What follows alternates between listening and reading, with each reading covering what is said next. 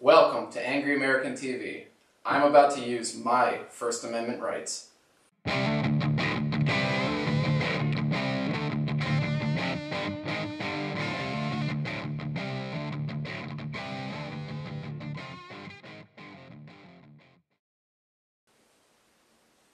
David Petraeus, come on, man! You spent 35 years in the military and you still haven't mastered the art of discreet carnal escapades? Or what did you do? Slip, trip, and fall right into your biographer's vagina?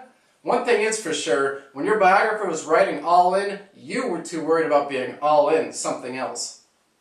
I sure hope everybody likes taxes. Anybody remember this video? I know I do. If you make under $250,000 a year, you will not see your taxes increase by a single time.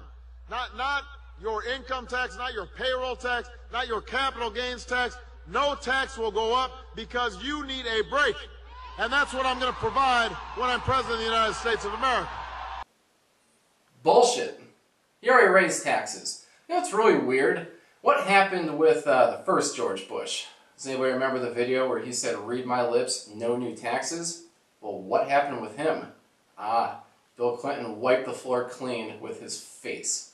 So, the same thing happens again, 2012, and the American people re-elect this douchebag.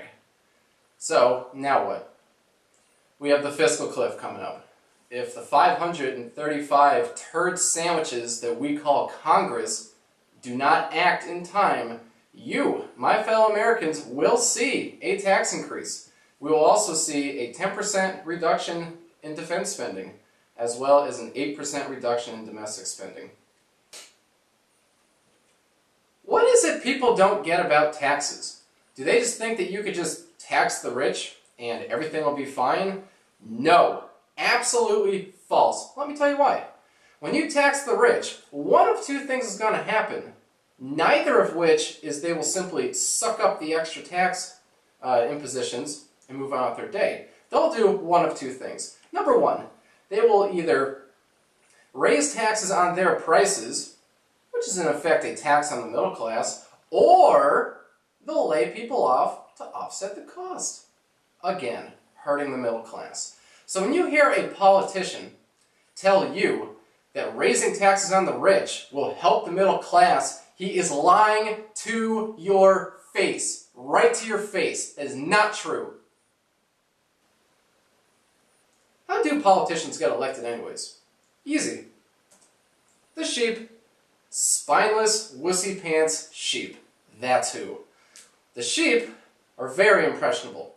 Politicians will tell the sheep, and the sheep will believe them, and that's it. You could reasonably liken a politician to a wolf.